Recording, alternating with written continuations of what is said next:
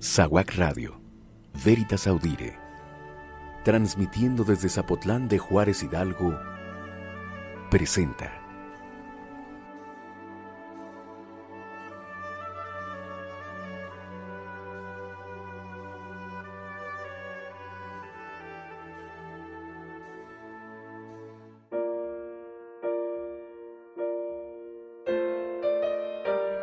Ellos vivieron el Evangelio.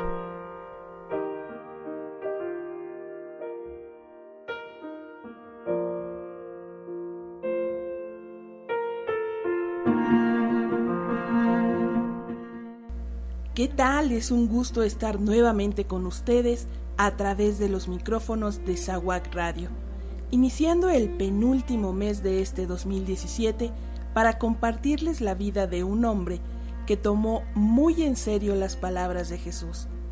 Quien ahorra su vida, la pierde, pero el que gasta su vida por mí, la ganará. Hablaremos de San Carlos Borromeo, arzobispo de Milán y cardenal, cuya fiesta celebramos justamente el día de mañana, 4 de noviembre, patrón de catequistas y seminaristas. Comenzamos.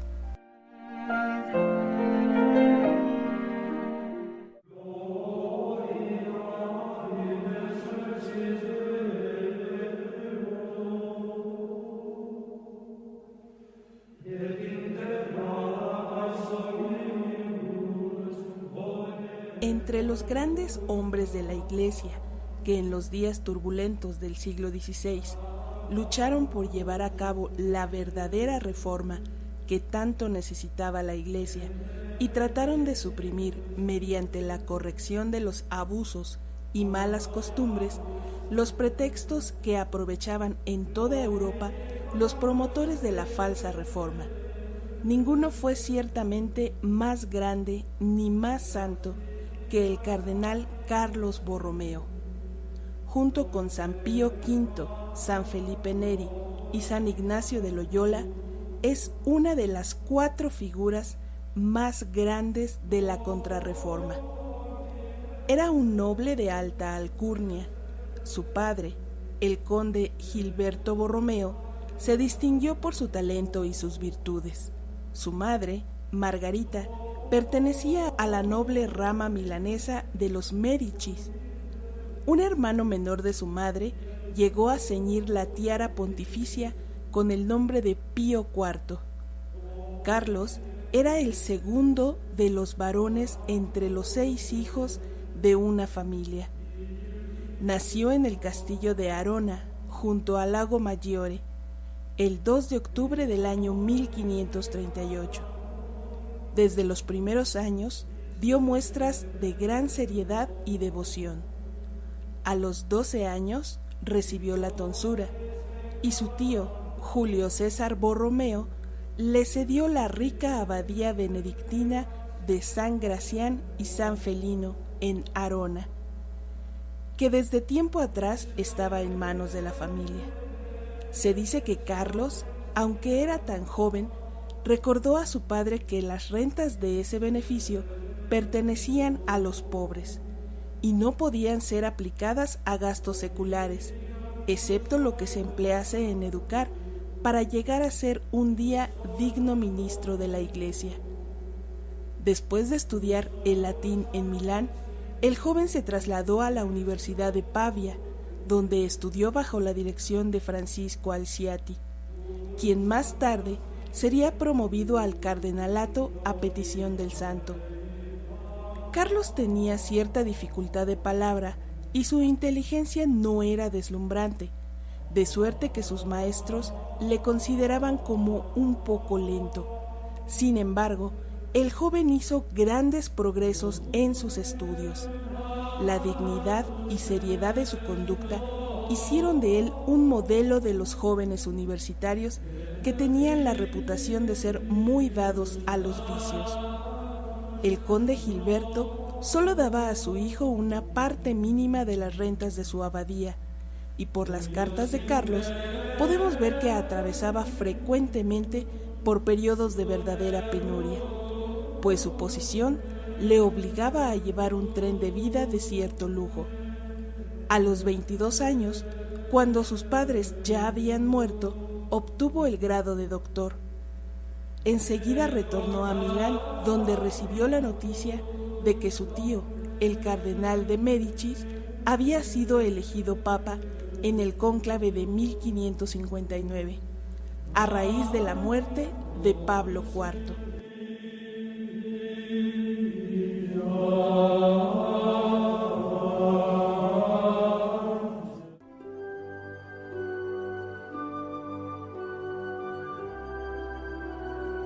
Estás escuchando Zaguac Radio, Veritas Audire, transmitiendo desde el municipio de Zapotlán de Juárez, Hidalgo.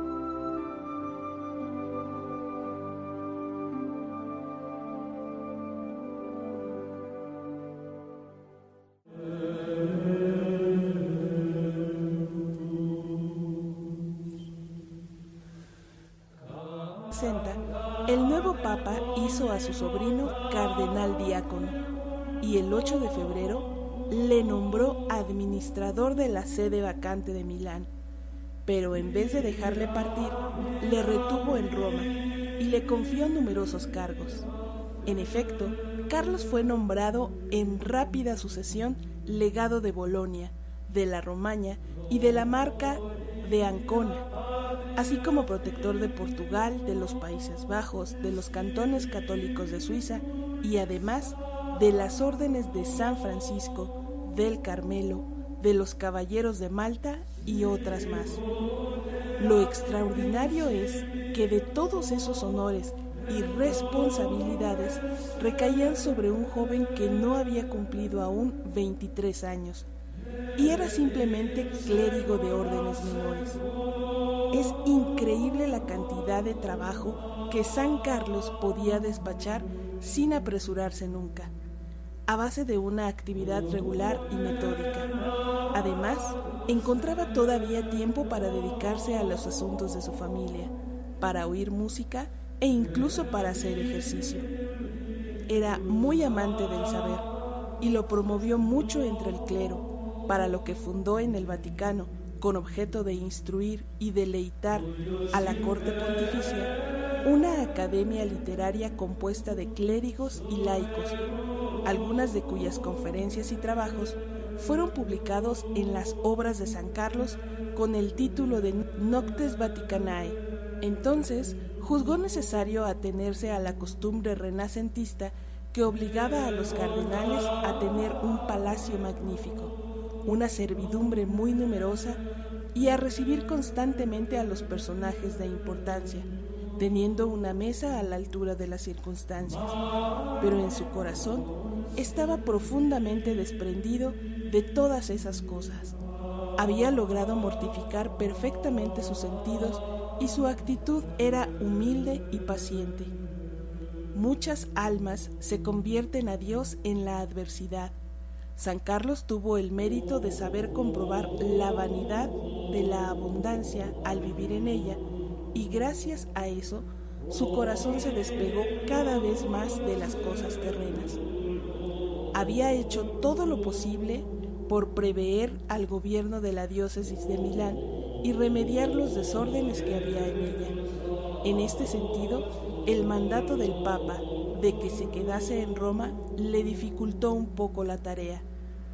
El venerable Bartolomé de Martiribus, obispo de Braga, fue por entonces a la ciudad eterna y San Carlos aprovechó la oportunidad para abrir su corazón a ese fiel siervo de Dios, a quien indicó: ya veis la posición que ocupo, ya sabéis lo que significa ser sobrino y sobrino predilecto de un papa, y no ignoráis lo que es vivir en la corte romana. Los peligros son inmensos. ¿Qué puedo hacer yo, joven inexperto? Mi mayor penitencia es el fervor que Dios me ha dado, y con frecuencia pienso en retirarme a un monasterio a vivir como si solo Dios y yo existiésemos. El arzobispo disipó las dudas del cardenal, asegurándole que no debía soltar el arado que Dios había puesto en las manos para el servicio de la Iglesia, sino que debía más bien tratar de gobernar personalmente su diócesis en cuanto se le ofreciese oportunidad. Pío IV había anunciado poco después de su elección que tenía la intención de volver a reunir el Concilio de Trento, suspendido en 1552.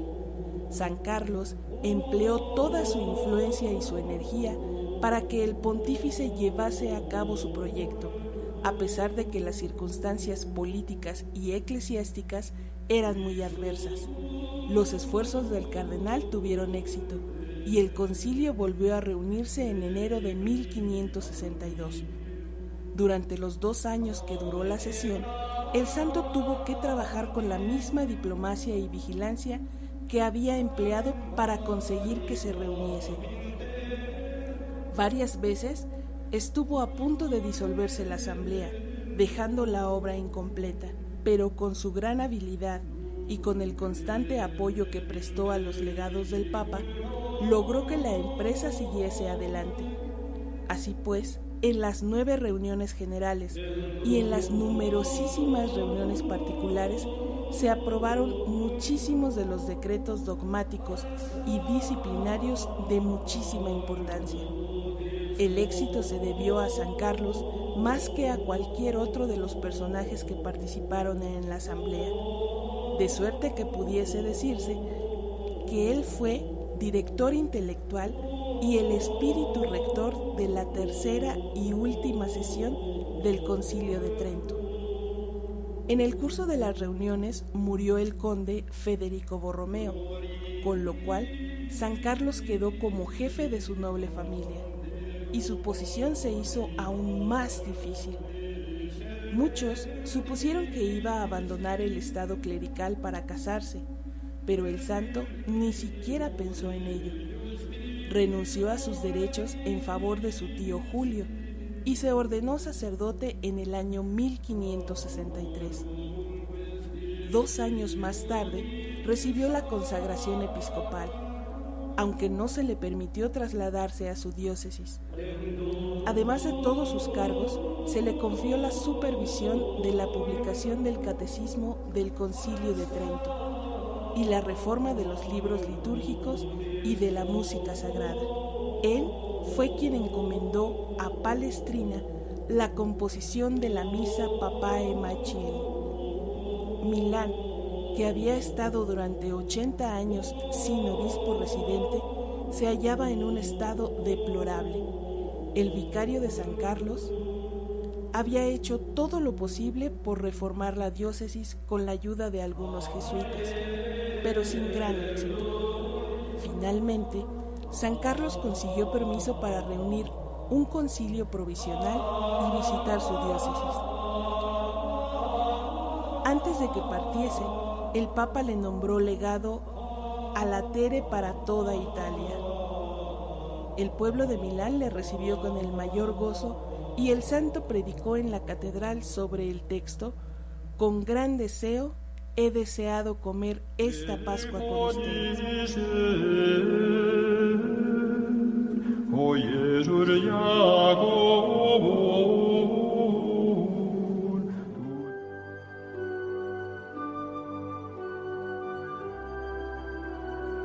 Estás escuchando SAWAC Radio, Veritas Audire, transmitiendo desde el municipio de Zapotlán de Juárez, Hidalgo.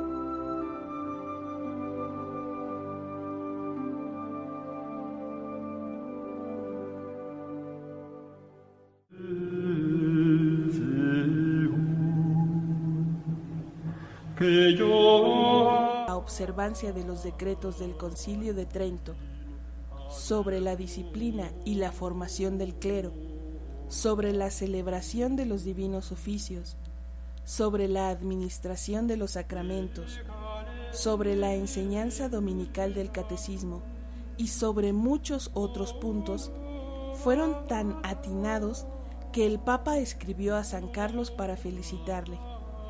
Cuando el santo se hallaba en el cumplimiento del oficio como legado de Toscana, fue convocado a Roma para asistir a Pío IV en su lecho de muerte, donde también le asistió San Felipe Neri.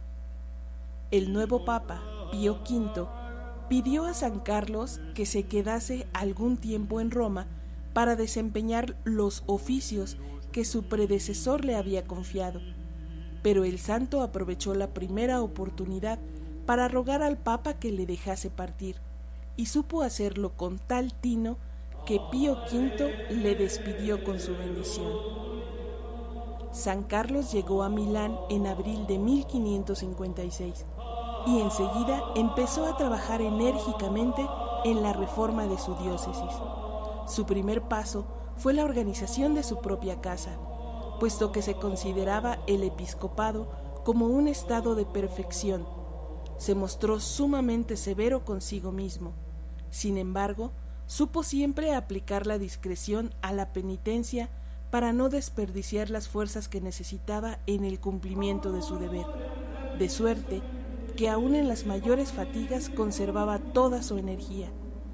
Las rentas de que disfrutaba eran pingües, pero dedicaba la mayor parte de las obras de caridad y se oponía decididamente a la ostentación y al lujo.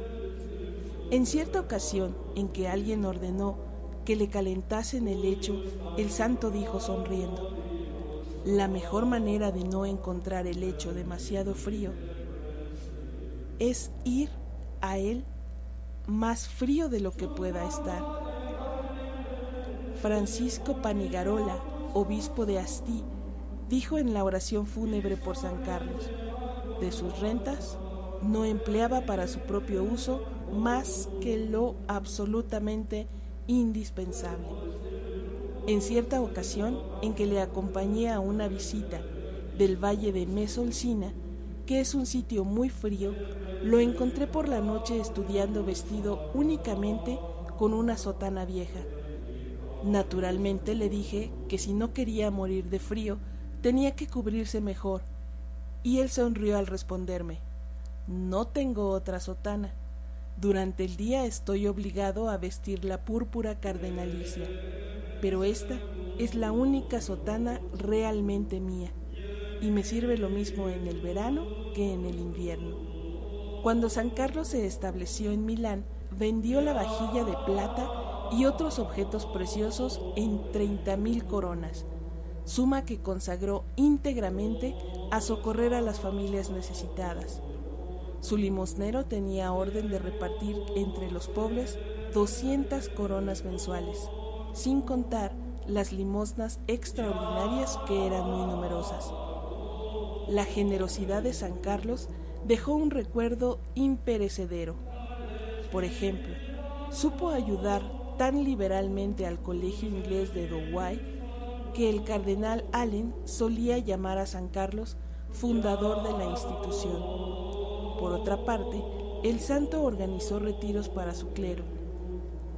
Él mismo hacía los ejercicios espirituales 2 veces al año y tenía por regla confesarse todos los días antes de celebrar la misa. Su confesor ordinario era el doctor Griffith Roberts, de la diócesis de Bangor, autor de la famosa Gramática Galesa. San Carlos nombró a otro galés, el doctor Quinn, quien más tarde llegó a ser obispo de Calabria, vicario general de su diócesis, y llevaba siempre consigo una imagen de San Juan Fisher. Tenía el mayor respeto por la liturgia, de suerte que jamás decía una oración, ni administraba ningún sacramento apresuradamente, por grande que fuese su prisa o por larga que resultase la función. Su amor a Dios dejaban a los otros en un gran gozo espiritual, le ganaban los corazones e infundían en todos el deseo de preservar en la virtud y de sufrir por ella. Tal fue el espíritu que San Carlos aplicó a la reforma de su diócesis, empezando por la organización de su propia casa. Su casa estaba compuesta de 100 personas, la mayor parte eran clérigos, a lo que el santo pagaba generosamente para evitar que recibiesen regalos de otros. en la diócesis se conocía mal la religión y se la comprendía aún menos. Las prácticas religiosas estaban desfiguradas por la superstición y profanadas por los abusos. Los sacramentos habían caído en el abandono, porque muchos sacerdotes apenas sabían cómo administrarlos y eran indolentes, ignorantes y de mala vida. Los monasterios se hallaban en el mayor desorden. Por medio de concilios provinciales, sínodos diocesanos y múltiples instrucciones pastorales, San Carlos aplicó progresivamente las medidas necesarias para la reforma del clero y del pueblo. Aquellas medidas fueron tan sabias que una gran cantidad de prelados las consideran todavía como un modelo y las estudian para aplicarlas. San Carlos fue uno de los hombres más eminentes en teología pastoral que Dios enviara a su iglesia para remediar los desórdenes producidos por la decadencia espiritual de la Edad Media y por los excesos de los reformadores protestantes, empleando por una parte la ternura paternal y las ardientes exhortaciones y poniendo rigurosamente en práctica decretos de los sínodos, sin distinción de personas, ni clases, ni privilegios, doblegó poco a poco a los obstinados y llegó a vencer dificultades que habrían desalentado aún a los más valientes. San Carlos tuvo que superar su propia dificultad de palabra, a base de paciencia y atención, pues tenía un defecto en la lengua. A este propósito decía su amigo Aquiles Gagliardi: muchas veces me he maravillado de que aún sin poseer elocuencia natural alguna, sin tener ningún atractivo especial en su persona, haya conseguido obrar tales cambios en el corazón de sus oyentes. Hablaba brevemente con suma seriedad y apenas se podía oír su voz. Sin embargo, sus palabras producían siempre efecto. San Carlos ordenó que se atendiese especialmente a la instrucción cristiana de los niños. No contento con imponer a los sacerdotes la obligación de enseñar públicamente el catecismo todos los domingos y días de fiesta, estableció la Cofradía de la Doctrina Cristiana, que llegó a contar, según se dice, con 740 escuelas, 3,000 catequistas y 40,000 alumnos.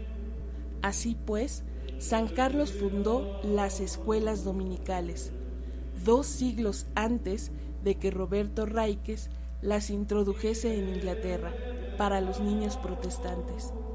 San Carlos se valió particularmente de los clérigos regulares de San Pablo, los barnabitas, cuyas constituciones él mismo había ayudado a revisar, y en 1578 fundó una congregación de sacerdotes seculares llamados Oblatos de San Ambrosio, que por un voto simple de obediencia a su obispo se ponían a disposición de éste para que los emplease a su gusto en la obra de la salvación de las almas. Pío XI formó parte más tarde de esa congregación, cuyos miembros se llaman actualmente Oblatos de San Ambrosio y de San Carlos. Así era San Carlos, trabajaba a ritmo acelerado. Reúne 6 concilios y 11 sínodos para aplicar los decretos de Trento. Funda 5 seminarios para preparar dignos sacerdotes. Recorre su extensa diócesis. Multiplica las obras de caridad. Resuelve los conflictos con Requesens, virrey de Milán. Realiza la reforma del pueblo, del clero, de los monjes y de las monjas, que se resistían a aceptar algunas normas de Trento. Incluso le hiere un miembro de la Orden de los Humillados, pero él no se arredra ante las dificultades. Basta obrar rectamente en todo, dice, y luego que cada cual diga lo que quiera. Promueve los ejercicios de San Ignacio. Su actividad se acrecienta al extenderse la peste de 1576. Forma juntas de salud, crea hospitales y lazaretos, busca médicos y víveres para los apestados, y él mismo anda entre ellos, confesando, consolando y repartiendo las limosnas, entrega su cama a los enfermos, durmiendo él en tablas. Vivía con gran austeridad, era muy parco en la comida y en el sueño. Se desprendió de todo para aliviar a los pobres y dignificar el culto. La intensa actividad le ha dejado exhausto. En 1584 decayó aún más su salud. Después de fundar en Milán una casa de convalecencia, San Carlos partió en octubre a Monte Varallo para hacer su retiro anual acompañado por el padre Adorno. Antes de partir, había predicho a varias personas que le quedaba ya poco tiempo de vida. En efecto, el 24 de octubre se sintió enfermo y el 29 del mismo mes partió de regreso a Milán, a donde llegó el Día de los Fieles Difuntos. La víspera había celebrado su última misa en Arona, su ciudad natal. Una vez en el lecho pidió los últimos sacramentos de manera inmediata y los recibió de manos del arcipreste de su catedral. A principio de la noche del día 3 al 4 de noviembre murió apaciblemente, mientras pronunciaba las palabras Exe Venio. No tenía más que 46 años de edad. La devoción al santo cardenal se propagó rápidamente. En el año 1601, el cardenal Baronio, quien le llamó un segundo Ambrosio, mandó al clero de Milán una orden de Clemente VIII para que en el aniversario de la muerte del arzobispo no se celebrase misa de requiem, sino una misa solemne de acción de gracias. San Carlos fue oficialmente canonizado por Paulo V el 1 de noviembre del año 1610.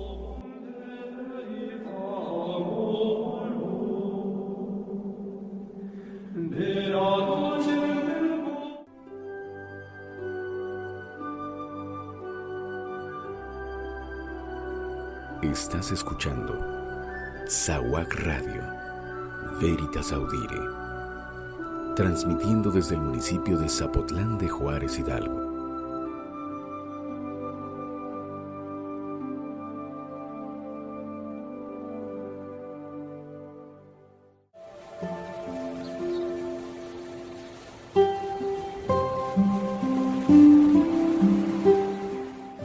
Conserva, Señor, en tu pueblo el espíritu que infundiste en San Carlos Borromeo, obispo, a fin de que tu iglesia, renovada sin cesar e identificándose cada vez más con tu Hijo, pueda mostrar al mundo el verdadero rostro de Cristo. Él, que vive y reina contigo en la unidad del Espíritu Santo, y es Dios por los siglos de los siglos. Amén.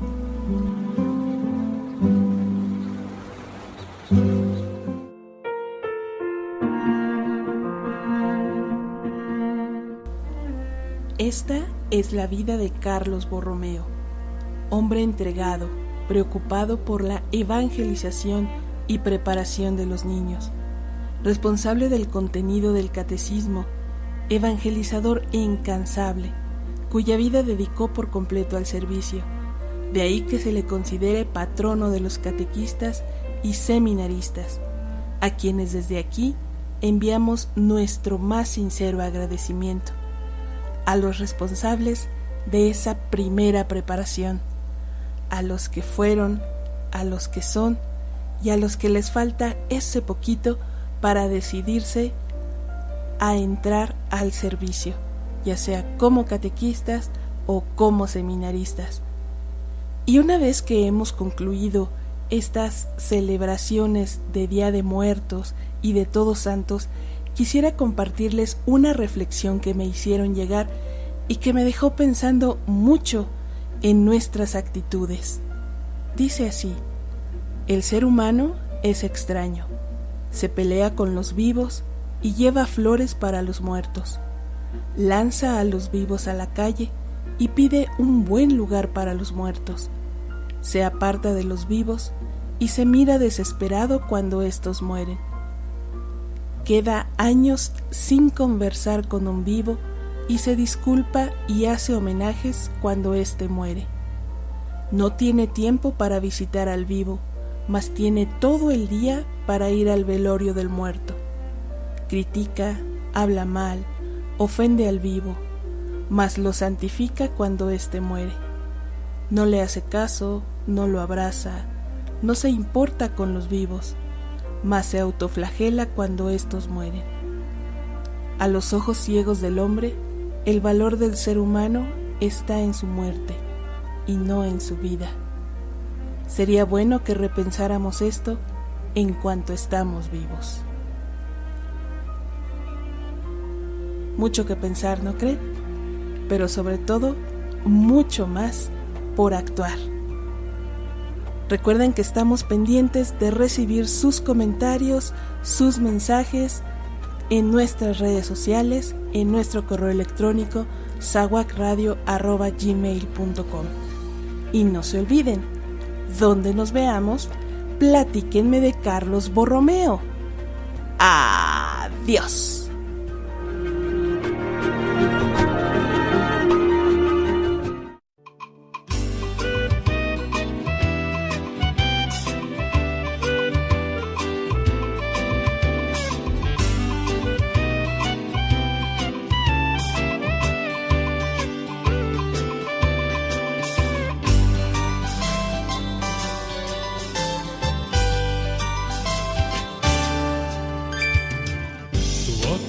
Había comenzado de una manera particular. Después de misa de 7:30, el cura se le acercó a hablar y le dijo: me parece que vos venís seguido por acá. Mira, acá tengo un grupo de chicos para catequizar.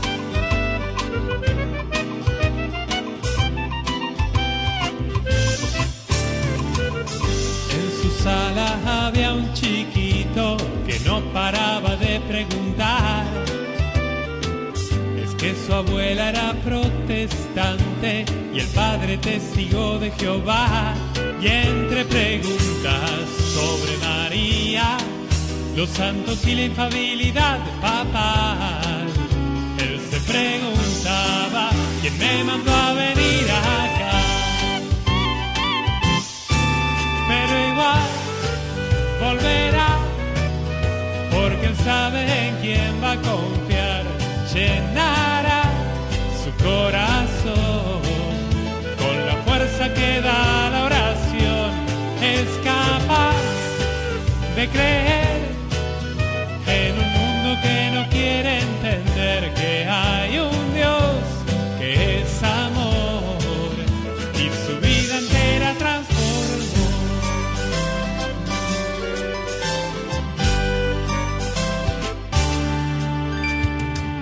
El párroco le había pedido que hiciera algo para empezar, algo chiquito, y le encargó toda la liturgia y el coro en la fiesta patronal.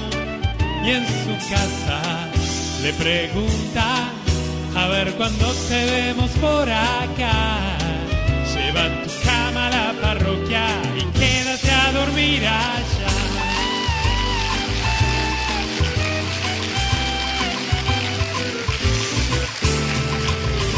Cada día así se repite esta historia tan especial.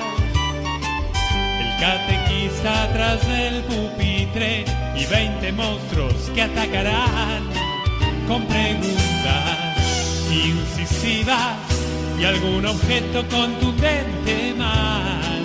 Y pese a todo él sabe que en el mundo este es su lugar.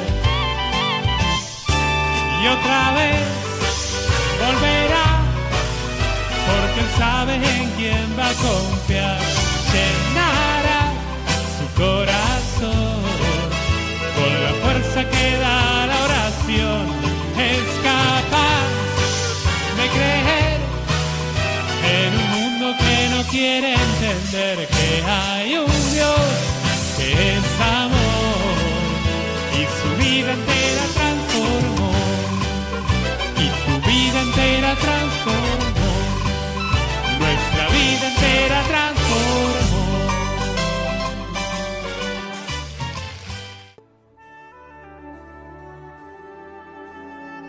SAWAC Radio, Veritas Audire, transmitiendo desde Zapotlán de Juárez Hidalgo, presentó